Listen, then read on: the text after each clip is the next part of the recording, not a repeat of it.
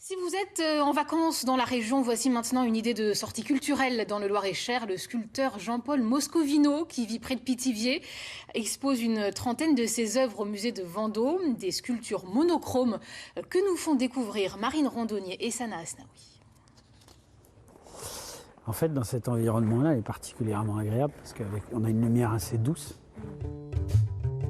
Dans le cloître de l'abbaye de la Trinité de Vendôme s'élèvent deux œuvres en aluminium sculpté, monochrome. Une belle entrée en matière avant de découvrir l'exposition de Jean-Paul Moscovino. Ces deux œuvres que l'on a pu apprécier dans la cour du cloître s'intitulent Mambo et Java. Et donc, comme leur titre l'indique, font allusion au corps en mouvement, au couple aussi. Et donc, ce qui est un peu un prétexte au déroulement de la forme et donc de son jeu dans l'espace et avec la lumière.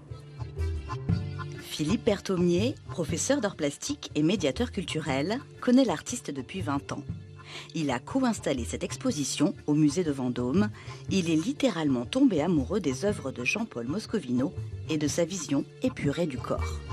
On n'est pas dans une logique de figuration, de représentation pure et simple, mais ce côté anthropomorphique, l'allusion au corps, il le suggère.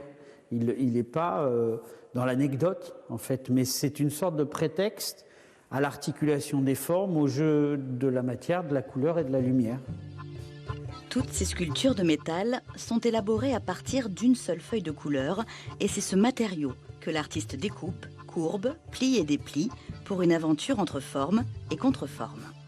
Sur certaines, je trouve qu'il y a suivant les angles de vue, on a des mouvements de perspective qui sont assez étonnants, qui pourraient faire penser à des gravures d'échelle un petit peu. On ne sait plus trop où ça commence, où ça finit, qu'est-ce qui est en haut, qu'est-ce qui est en bas. C'est intéressant. Ouais. Jean-Paul Moscovino pratique le pliage comme des origamis. Il sculpte la couleur comme on joue avec une épluchure pour reconstituer le fruit. À 75 ans, il propose ici une exposition qui lui ressemble, humble, simple et sobre. Et on poursuit ce soir notre visite.